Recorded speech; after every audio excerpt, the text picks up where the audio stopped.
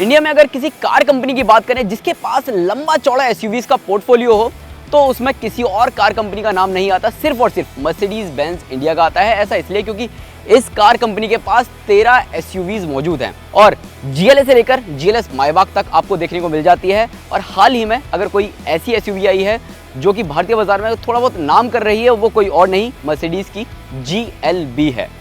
हालांकि क्या ये गाड़ी GLC को रिप्लेस कर देगी पूरी तरह? नहीं, बिल्कुल भी नहीं करेगी। ऐसा क्यों नहीं करेगी? क्योंकि ये एक ब्रेड एंड बटर है मर्सिडीज बेंज इंडिया के लिए, मोस्ट सेलिंग एसयूवी है। सबको लगता है कि GLS या GLE बहुत बिकती होगी, बट जो सबसे ज़्यादा एसयूवी बिकती है वो है GLC।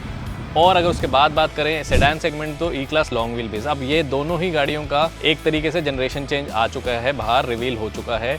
GLC का फेसलिफ्ट इंडिया में कब आता है अभी कुछ पता नहीं है, ग्लोबली आ चुका है, लेकिन जब तक वो इंडिया में नहीं आता उसकी जगह आपको GLB ही लेनी पड़ेगी, या फिर GLC कूपे, या फिर अगर आप थोड़ा सा सेगमेंट नीचे जाना चाहें तो GLA। तो अब ये 3 ऑप्शन आपके पास बच जाती हैं। अब लोगों के मन में ना सवाल ये है कि जब GLC आएगी तो क्या GLB खरीदना लोग बंद कर देंगे? और ये जो गाड़ी है भारतीय बाजार में CBU रूट के जरिए आ रही है और GLC देखा जाए तो मेड इन इंडिया कार थी और मेड इन इंडिया ही रहेगी, क्योंकि जैसा कि आपने बताया सबसे वॉल्यूम सेलर है। हाँ, सबसे ज्यादा बिकने वाली एसयूवी है मर्सिडीज की। जो प्राइस पॉइंट हमें देखने को मिलेगा GLB और GLC में, बहुत ज्यादा अंतर देखने को नहीं मिलेगा अगर ये मेड इन इंडिया नहीं होती है। तो ऐसे में बायर्स कंफ्यूज नहीं हो जाएगा कि कौन सी खरीदें? नहीं, आपकी बात बिल्कुल ठीक है, बट अगर किसी को 7 सीटर ही चाहिए और लग्जरी में ही चाहिए तो आपके पास ऑप्शन बहुत लिमिटेड हो जाती है। उसके लिए आई थिंक ये परफेक्ट रिप्लेसमेंट है। और इसकी एक खासियत है कि ये पहली गाड़ी है लग्जरी सेगमेंट में जो इलेक्ट्रिक, पेट्रोल, डीजल ऑप्शन में आपको मिल जाती है। हो सकता है कि इंडिया में सिर्फ GLC पेट्रोल और हाइब्रिड ही उतारे, डीजल उतारे ना, कि इसकी बिक्री बनी रहे। और इलेक्ट्रिक ऑप्शन तो EQC जो है वो काफ़ी टाइम से आ रही है, बट उसने कभी भी GLC की डिमांड को हिलाया नहीं है। तो इसका मतलब ये है कि आएगा। और आप देख सकते हैं कि जो नई वाली C क्लास थी उसके अंदर बिल्कुल S क्लास जैसे फीचर्स दे दिए गए थे, वही सेम अब आपको GLC में मिलेंगे, क्योंकि इंटीरियर बिल्कुल सेम है। तो वो उस हिसाब से काफ़ी ज़्यादा आपको अंदर से भी देखने को मिलेगा और बाहर के फीचर से भी देखने को मिलेगा। और थोड़ा सा अगर SUV क्लास की बात करें तो ये थोड़ी SUV वाली फील देती है मुझे, अभी भी वो थोड़ी MPV वाली फील देती है पीछे से एटलीस्ट। तो ये डिफरेंस तो डिज़ाइन के मामले में रहेंगे ही। तो जैसा कि आपने बताया कि जब नई GLC आएगी तो उसमें फीचर्स अपग्रेड होंगे, बिल्कुल इंटीरियर में बहुत ज़्यादा सुधार किया जाएगा। और देखा जाए तो जैसे कि अभी GLB का जो इंटीरियर है जी काफ़ी बेसिक सा लगता है जी। अगर कंपेयर करते हो दूसरी गाड़ियों से, नई वाली C क्लास से कंपेयर करते हो तो काफ़ी बेसिक सा लगता है। कई सारे फीचर्स मिसिंग है, जैसे वेंटिलेटेड सीट्स वगैरह नहीं मिलती हैं, wireless Apple CarPlay, Android auto नहीं मिलता है। GLC में ये सारी चीज़ें मिलना शुरू हो सकती है। बिल्कुल हो सकती है। और अगर कॉस्ट प्राइसिंग ठीक रख पाए, बिकॉज अगर इंडिया में ही बनाएंगे, इंडिया में असेंबल करेंगे तो बहुत फ़र्क आ जाएगा। ये CBU है और अगर मैच कर जाता है तो आई थिंक एक नो ब्रेनर टाइप हो जाएगा कि हाँ क्यों नहीं GLC। बट ये है कि मर्सिडीज की गाड़ियों में वेटिंग इतनी होती है, तो अब इस टाइम पे ऐसा हो जाएगा कि GLC की लगा 1 साल वेटिंग है तो चलो GLB ले लेते हैं। तो वो एक ऑफर मिल जाएगी, कोई कस्टमर किसी और ब्रांड की तरफ ना भागे कि अगर चलो ये नहीं मिल रही तो इसकी सीटें नीचे करके तो काफ़ी सारा बूट स्पेस के साथ 4 सीटर वाली एक SUV मिल जाती है आपको।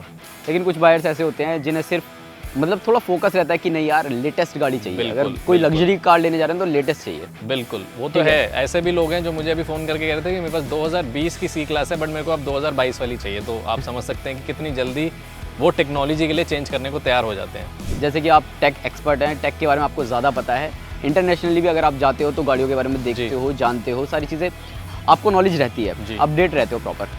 तो जो नई GLC भारतीय बाजार में आएगी GLB के मुकाबले कितनी बेहतर हो सकती है और GLB से कितने ज़्यादा फीचर्स उसमें देखने को मिल सकते हैं? तो आई थिंक वो मोस्ट फीचर रिच होगी उस सेगमेंट की, स्पेसिफिकली अगर आप कंपटीशन से भी कंपेयर करेंगे, क्योंकि आपने नई वाली C क्लास में देख लिया है कि बिल्कुल चेंज कर दिया उन्होंने इंटीरियर को, और वैसे ही सेम आपको अब GLC में मिलने वाला है। तो फीचर्स के मामले में कोई कमी नहीं रहने वाली।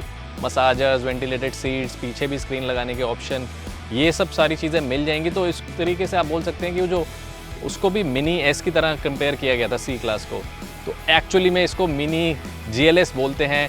इंटीरियर में शायद वो मिनी GLS निकले और फीचर्स के मामले में स्पेसिफिकली, और अगर उसमें ADAS डाल दिया जाए तो आई थिंक वो अब ऑटोमेटिकली इस सेगमेंट में सबसे बेस्ट गाड़ी हो जाएगी।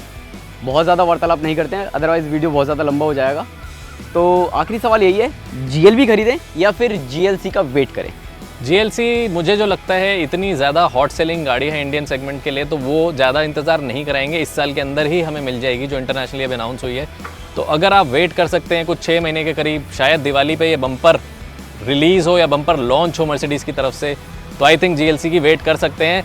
लेकिन अगर आपको सिमिलर ही लगती हैं गाड़ियाँ GLB और GLC और आपकी कोई स्पेसिफिक रिक्वायरमेंट नहीं है कि मेरे को लेटेस्ट टेक ही चाहिए और मेरे को 4 सीटर ही SUV चाहिए, 5 सीटर ही SUV चाहिए, तो GLB बहुत अच्छी ऑप्शन है। तो अब आपको इस वार्तालाप में समझ में आ चुका होगा कि GLB आपके लिए ज़्यादा फायदे का सौदा साबित होगी या फिर GLC का इंतज़ार करना आपके लिए फ़ायदेमंद रहेगा। आपको ये वीडियो कैसा लगा नीचे कमेंट सेक्शन में बताएं और साथ ही अपने उन दोस्तों को भी ये वीडियो ज़रूर शेयर करें जो कि कंफ्यूज हो रहे हैं कि GLB खरीदी जाए या फिर GLC का इंतज़ार किया जाए। Zee News.